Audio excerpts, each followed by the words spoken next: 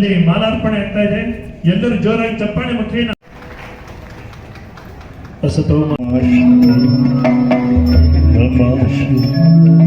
ಪ್ರಣಯ ಸತ್ಯ ಪ್ರಾಣನಾಯಕ ಪ್ರಣತ ಕಲ್ಪಕ ಸುಪ್ರಭಾಂಜಿತಂ ಪ್ರಣವ ಮಂದಿರಂ ಸ್ವಾಮಿ ಕೀರ್ತನ ಪ್ರಿಯಂ ಹರಿಕರಾ ಭಜಂ ದೇವಮಾಶ್ರಯ ಶರಣಮಯ್ಯಪ್ಪ ಸ್ವಾಮಿ ಶರಣಮಯ್ಯಪ್ಪ ಶರಣಮಯ್ಯಪ್ಪ ಸ್ವಾಮಿ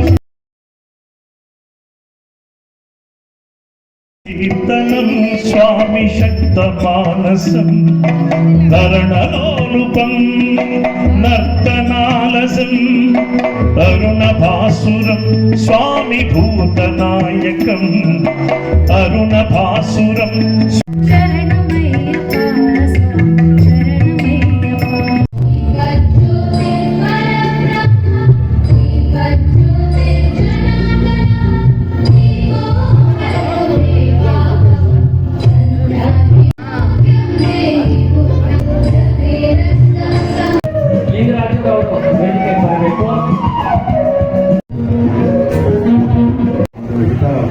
ಆಗುತ್ತೆ ಅಂತೇಳಿ ಇವತ್ತು ನಮ್ಮ ಕುವೆಂಪು ನಗರದಲ್ಲಿ ಕುವೆಂಪು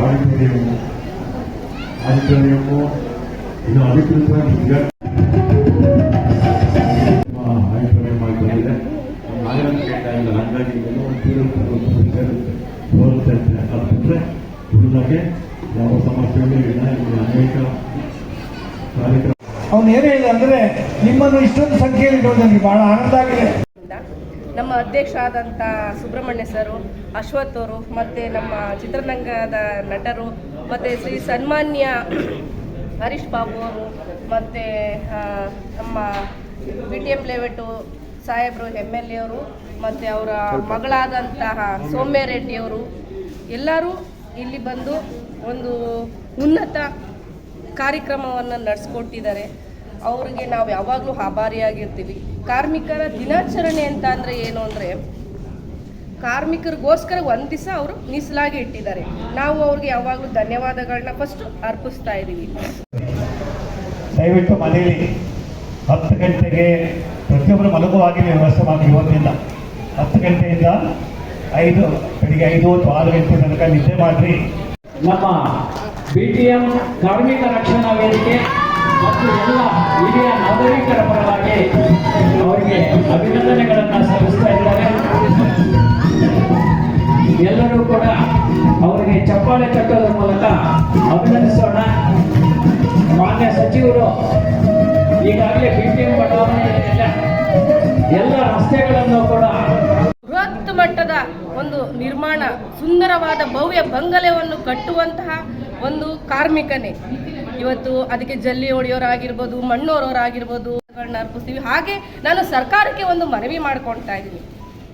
ಇಷ್ಟೆಲ್ಲ ಅವರು ನಮಗೆ ಕೊಡುಗೆ ಕೊಟ್ಟಿದ್ದಾರೆ ಅಂತ ಅಂದರೆ ಸರ್ಕಾರದ ವತಿಯಿಂದ ಅವರು ಕೊಡುಗೆ ಕೊಡಬೇಕಲ್ವಾ.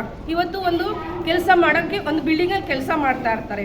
ಅವರ ಹೆಂಡತಿ, ಗಂಡ, ಮಕ್ಕಳು ಎಲ್ಲ ತೊಗೊಂಬಂದು ಉತ್ತರ ಕರ್ನಾಟಕ ದೇಶ ಬಿಟ್ಟು ಊರು ಬಿಟ್ಟು ಬಂದು ಇಲ್ಲಿ ಕೆಲಸ ಮಾಡ್ತಾ ಇರ್ತಾರೆ. ಹೊಟ್ಟೆಪಾಡಿಗೋಸ್ಕರ ಕೆಲಸ ಮಾಡ್ತಾ ಇರ್ತಾರೆ. ಅವ್ರಿಗೆ ಒಂದು ಕೈ ಮುರಿದೋಗ್ಬೋದು, ಕಾಲು ಮುರಿದೋಗ್ಬೋದು, ಒಂದು ಡೆತ್ ಆಗ್ಬೋದು, ಸಾಕಷ್ಟು ಸಮಸ್ಯೆಗಳಿದೆ ಅವರಿಗೆಲ್ಲ. ಮತ್ತು ಅವ್ರಿಗೆ ಮನೆಗಳಿಲ್ಲ.